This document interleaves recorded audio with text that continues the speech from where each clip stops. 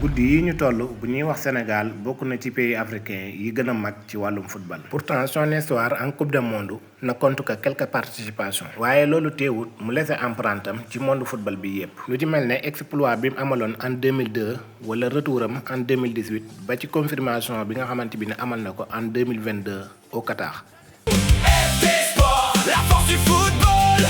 gaynde yi ñuy duppee les lions de la Teranga ont écrit des pages mémorables de football mondial. tey dañoo bëgg a dikk fàttali leen tuuti ci jaar-jaaru Sénégal en coupe du monde.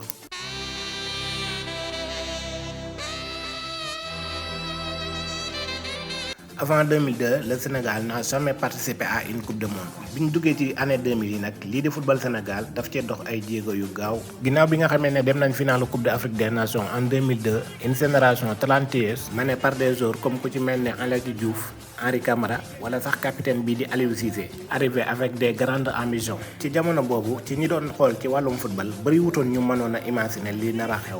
ñu ngi ci le 31 mai 2002 Sénégal war a football première maximum de son histoire en coupe du monde avec une adversaire redoutable la France champion du monde en 98 et champion d'Europe en 2000. loolu tax nag mu nekk maxi bu nar a metti ci ñii di waa Sénégal parce que ñu bari ci àdduna bi dañoo jàppoon ne maxi bi France gagné na ko te suyeeguñ ko. mais les Lions refusaient de tuer les victimes. Quoi qu'il arrive, le 31 mai 2002 restera une date historique pour le Sénégal, qui dispute à cette occasion le premier match de son histoire en Coupe du Monde. Et quel match? Dès les premières minutes rek ñii di waa Sénégal. Après 90 minutes d'effort héroïque, le score ne bouge plus. Le Sénégal réalisait l'une des plus grands exploits de l'histoire de la Coupe du Monde. ñu jógee ci jaloore ju rëy jooju nga xamante bi ne def nañ ko nag ñu war a daje ki nga xamante bi ne moo di Danemark. mais suñu gaynde yi dañuy génn ci maxi boobu avec match nul 1 but partout. mais ñu jógee ci maxi boobu war a footballaat ak l'Uruguay mais une maxi complètement fou. équipe bu Sénégal bi dafa ñëw ci première mi-temps bi mu football maxi bu rëy mën a Uruguay 3 buts à 0. But à 0 pour les CNF après 20 minutes de jeu. Morales, dès la reprise à la 46e minute, Rochester. Silva ne peut rien faire. ñi di Uruguay dañuy ñëw ci deuxième mi-temps bi renverser complètement la situation. score final 3 buts partout. mais malgré cette remontée spectaculaire terewul Sénégal qualifié ci lii di huitième de finale pour sa première participation en coupe du monde. On prend à côté, le Sénégal est en huitième de finale de la Coupe du Monde. Bonjour maman. en huitième de finale ñi di waa Sénégal war a jàkkaarloo ak Suède mu nekk benn maxi bu metti nag maxi bu serré. ci 90 minutes yi ñu def match nul 1 but partout ñu dem prolongation ci benn moment match gi rek Henri Camara recevoir la ballon frappe et but. But en or. Le Sénégal est en quart de finale de la Coupe du Monde. ci jamono boobu règlement bii di but en or moo amoon moo tax bi Henri Camara dugalee bal bi rek match bi daal di jeex Sénégal qualifié pour les quarts de finale. en quart de finale ñu war a jàkkaarloo ak Turquie ci benn match bu metti match bu serré. tous les deux équipes créent des occasions mais kenn mënu cee dugal ñu dem ci prolongation ci jamono boobu waxoon naa leen lii di but en or moo amoon ci but en or boobu nag moom la Turquie dugal Sénégal. 26 but en or de la Turquie. fin de l'aventure le Sénégal est éliminé. mais la planète football découvert une nouvelle puissance africaine.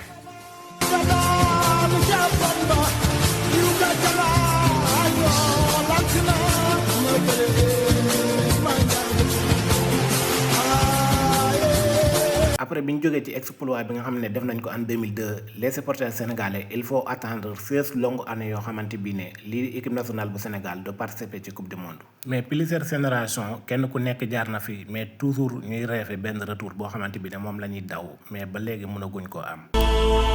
Les Lions représentent l'Afrique. L'Afrique au contrôle. Tous ensemble. Yeah.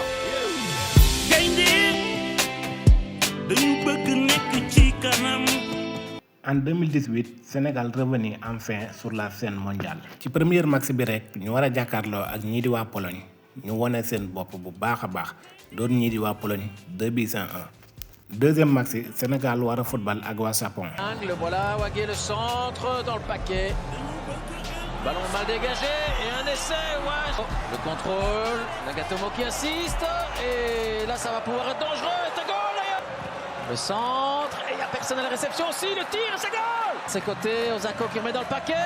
Et là, la sortie d'Indéa. ñu football ak Japon nag benn match bu spectaculaire def match nul 2 buts partout. Sénégal nag mi ngi taxaw ak 4 points ba fii lépp a mën a nekk mais dernier match Sénégal war a football ak Colombie. ci match boobu nag ki di Colombie dafay gagné Sénégal ci score de 1-0. défaite boobu nag tax nañu éliminer équipe bi di Sénégal. pour la première fois dans l'histoire ñu gis benn équipe boo xam ne éliminé nañ ko ci benn compétition à cause de classement de fair play. mu nekk ñaari carton jaune yoo xam ne équipe bi di Sénégal daf ko ëppale moo tax ñu éliminé.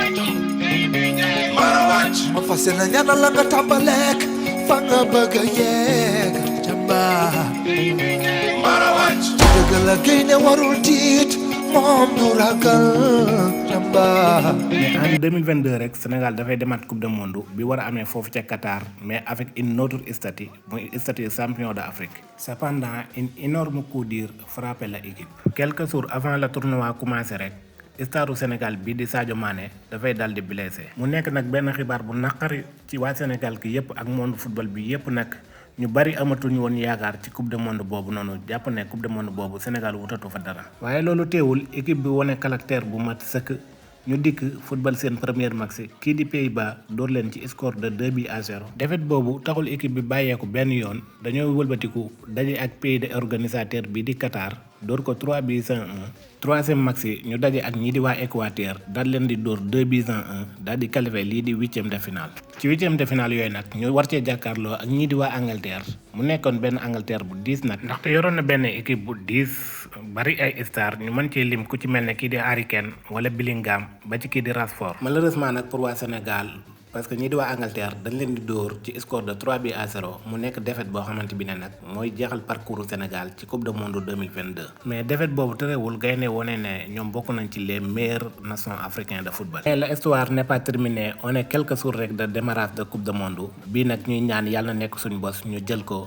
mu nekk suñu njiglaay nekk pour africain yépp. maa ngi leen di laaj tamit seen xalaat ci commentaire yi ban coupe du monde ngeen fàttaliku muy coupe du monde bi nga xamante bi ne mooy dàq ci coupe du monde yi ngeen jot a dund ak Sénégal yépp. bu leen ko fàtte jox leen ma seen xalaat ci commentaire yi. ma leen di ñaan bu leen di fàtte di abonné ci chaîne bi te yokk ñu doole bu baax a baax FD Sport la.